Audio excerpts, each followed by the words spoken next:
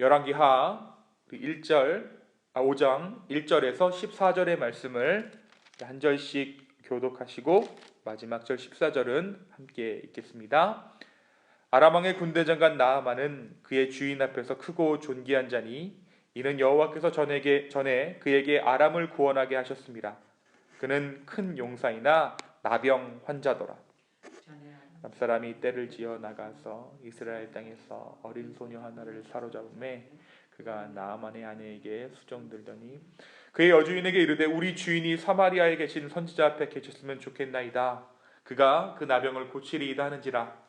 나아만이 들어가서 그의 주인께 아뢰어 이르되 이스라엘 땅에서 온 소녀의 말이 이러이러하더이다 하니 아람 왕이 이르되 갈지어다. 이제 내가 이스라엘 왕에게 글을 보내리라 하더라. 나아만이 곧 떠날 새 은 10달란트와 금 6,000개와 의복 10벌을 가지고 가서 이스라엘 왕에게 그 글을 전하니 일렀으되 내가 내 신하 나아만을 당신에게 보내오니 이 글이 당신에게 이르거든 당신은 그의 나병을 고쳐주소서 하였더라.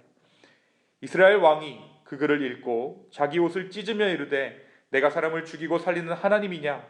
그가 어찌하여 사람을 내게로 보내 그의 나병을 고치라 하느냐? 너희는 깊이 생각하고 저 왕이 틈을 타서 나와 더불어 시비하려 함인 줄 알라 하니라.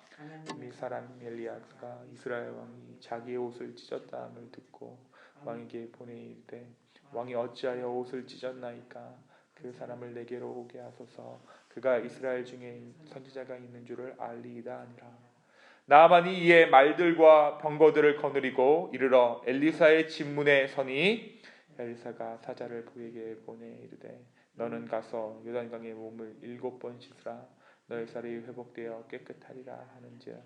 나아만이 노하여 물러가며 이르되 내 생각에는 그가 내게로 나와서서 그의 하나님 여호와의 이름을 부르고 그의 손을 그 부위 위에 흔들어 나병을 고칠까 하였더라.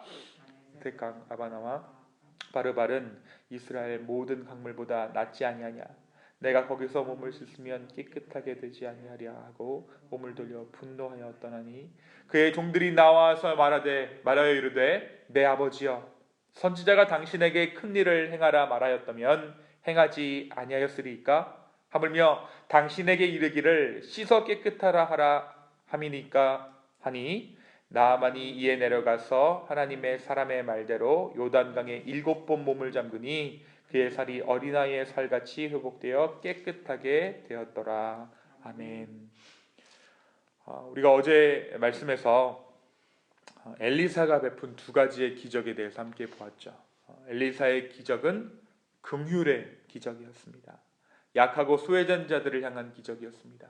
엘리사의 마음이 움직였을 때 하나님의 마음 또한 움직이는 것을, 그리고 그 긍휼이 우리의 삶 가운데, 이스라엘 백성들의 삶 가운데 임하는 것을 우리가 어제 말씀 가운데 함께 나누었죠. 한편 오늘 말씀은 우리에게 엘리사 시대에 있었던 또 하나의 이야기를 소개하고 있습니다. 우리가 잘 알고 있는 이야기인데요, 이 나아만 장군의 이야기입니다.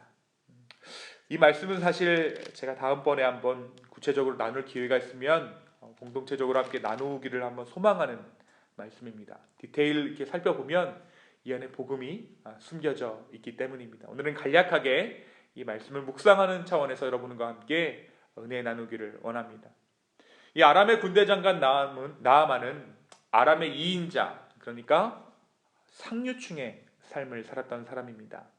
그런데 그에게 치명적인 아픔이 있었는데 그 아픔이 무엇이었습니까? 그가 나병 환자, 요즘 말로 하면 악성 피부병에 시달리고 있었다는 사실입니다. 이 나아만의 집에 이스라엘에서 붙잡혀서 자신의 집에서 자신의 아내의 시종을 드는 한 여종이 있었습니다. 그리고 이 여종이 누구에게 엘리사의 존재를 이야기하냐면 나아만의 아내에게 엘리사가 있다는 사실을 알게 하죠. 그리고 아마도 이 아내로부터 선지자 엘리사에 대한 이야기를 이 나아만 장군이 들었을 것입니다.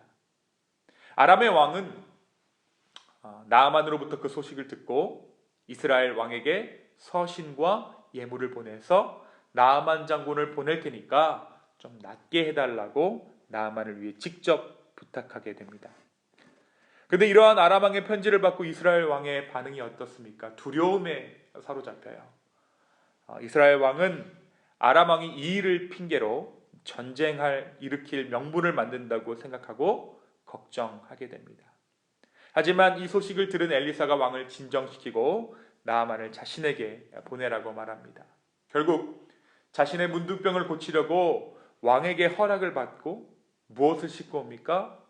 엄청난 양의 금은 보화를 싣고 이스라엘로 오게 되죠. 그리고 선지자 엘리사의 집 문 앞에 당도하였습니다. 그런데 엘리사가 문 앞에 나와보지도 않아요. 그리고 사환을 보내서 나아만 장군에게 뭐라고 이야기하냐면, 너는 가서 요단강에 몸을 7번 씻으라. 그러면 너의 살이 회복하게 될 것이다 라고 전가를 전합니다. 이야기를 들은 나아만 장군의 반응이 무엇이었습니까? 나아만 장군은 이러한 엘리사 선지자의 지시를 도무지 용납할 수 없었습니다. 여러분, 요단강은 사실 이스라엘 쪽에서 흐르는 요단강은 초라하기 그지없는 강입니다. 자신의 수준에서 나의 어떤 사회적인 지위가 있는데 그런 개천 수준의 강물에서 몸을 담근다는 것은 용납이 되지 않았다라는 것이죠. 무엇보다 엘리사의 처방이 너무나도 시시해 보였습니다. 적어도 나에게 성의는 보여야 되지 않겠느냐. 내 몸을 보고 내 상태를 보고 내 몸 환부에 손을 얹고 너의 하나님 이름을 부르짖어야 하지 않겠느냐라는 것이 나만의 생각이었어요. 그런데 이때 종들이 다시 한번 나아만을 살립니다. 낮은 자들이 와서 나아만 장군을 살려요. 뭐라고 이야기합니까? 13절입니다. 그의 종들이 나와서 말하이르되, 내 아버지여, 선지자가 당신에게 큰 일을 행하라 말하였다면 행하지 아니했겠습니까? 그런데 하물며 요단강에서 몸을 닦으라는 이 말을 왜 우리가 못할 리가 있겠습니까? 가서 몸을 담그십시오.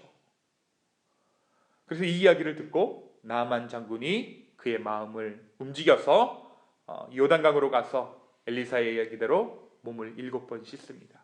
그리고 어떻게 됩니까? 그의 피부병이 나음을 입습니다. 그리고 나서 나아만 장군에게 놀라운 변화가 생기죠. 그 변화란 그에게 구원이 임했다는 것이에요.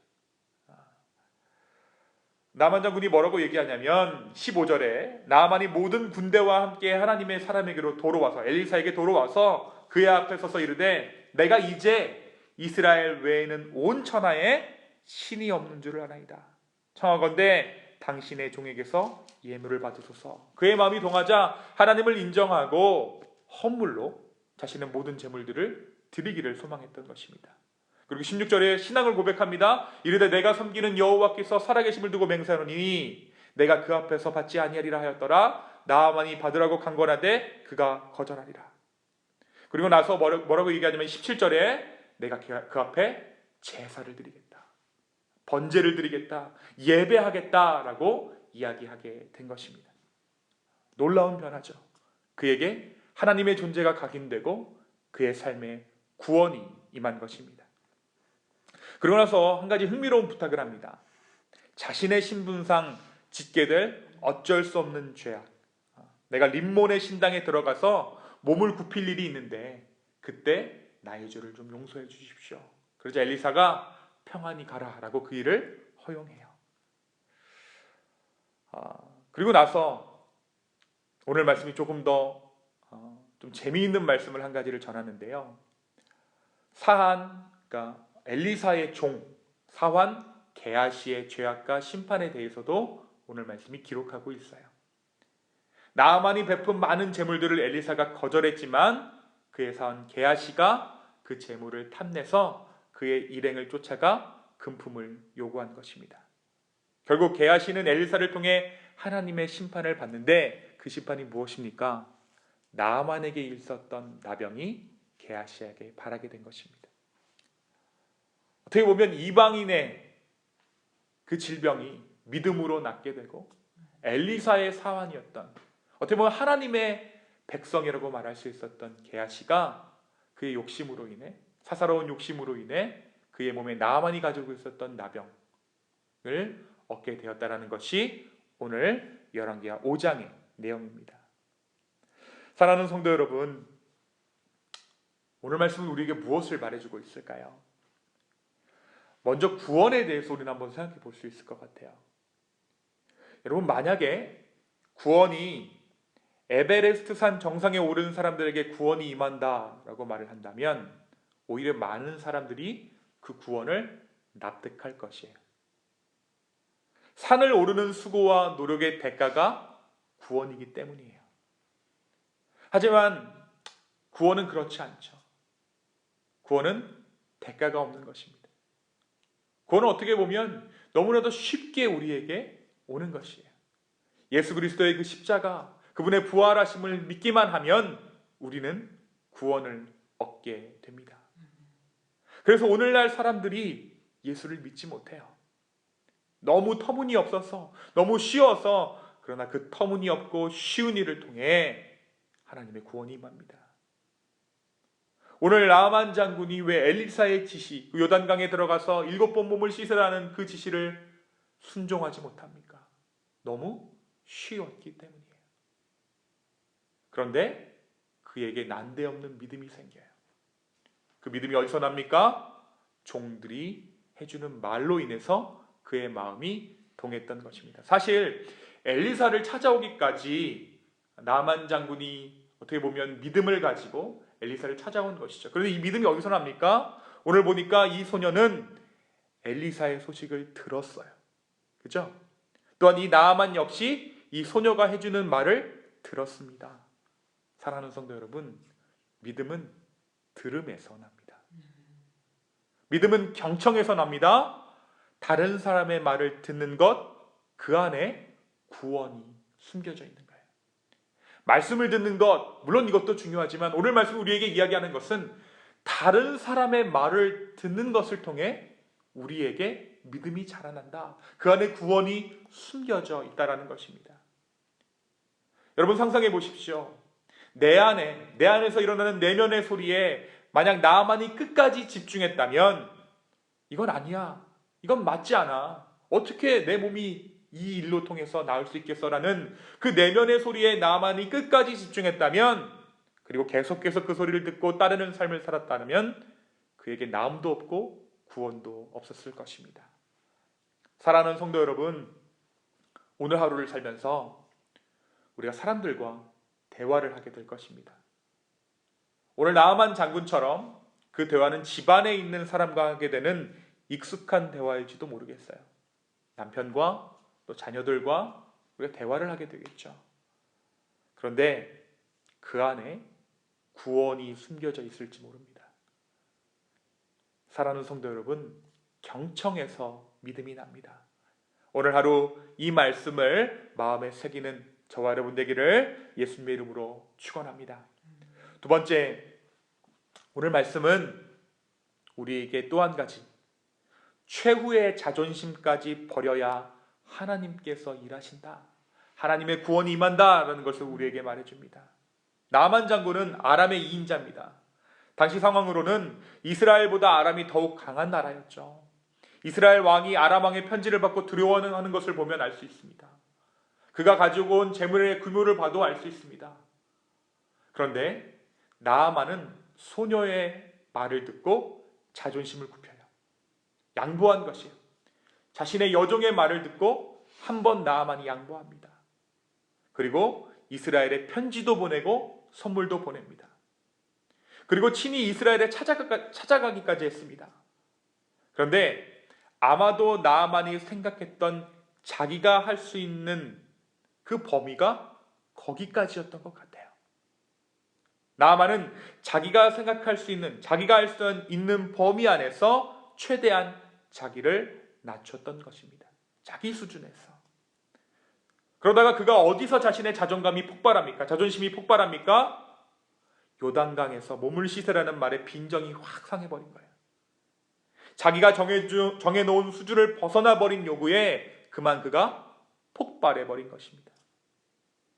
사랑하는 성도 여러분, 구원으로 가는 길목에서 하나님 나라를 곧 볼 수 있는 그 바로 직전을 앞에다 두고 우리가 중지할 수 없습니다. 마지막 한 고비, 그것은 바로 나의 자존심이에요. 내가 예수 믿고 여기까지 포기했는데, 이것까지 했는데, 그러나 그것으로 충분하지 않다라는 것입니다.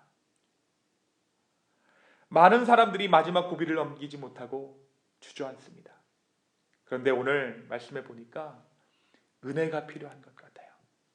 그 마지막 고비를 넘어가기 위해서는 예상치 못한 일들, 다시 말해 은혜가 필요합니다. 오늘 우리에게 이러한 은혜가 있었으면 좋겠습니다. 우리에게 나름대로 정해둔 마지노선이 있습니다. 여기까지 참는다, 여기까지 허용한다, 그게 최소한 나를 보호하는 일이다. 이러한 여러 가지 안전장치들을 우리는 우리 스스로 만들어 놓고 삽니다. 살면서 그런 것들이 생기잖아요. 그러나 오늘 말씀은 그 모든 것들을 내려놓았을 때 비로소 구원이 임하는 것을 봅니다. 마지막까지, 끝까지 참고 인내하고 우리의 모든 것들을 비워낼 수 있는 그 은혜가 오늘 우리의 삶 가운데 있게 되기를 예수님의 이름으로 축원합니다. 이 시간 함께 기도하겠습니다. 주님, 오늘 말씀을 통하여서 진정한 복음이 무엇인지, 믿음이 무엇인지 우리에게 말씀해 주셔서 감사합니다. 아버지 하나님, 우리로 하여금 겸손하게 하여 주시고 또 그 겸손함을 통하여서 하나님 나라가 우리의 삶 가운데, 우리의 가정 가운데 임하는 것을 우리로 하여금 발견하게 하여 주시옵소서. 주님 감사합니다. 이 모든 말씀 살아계신 예수 그리스도의 이름으로 기도하였습니다. 아멘.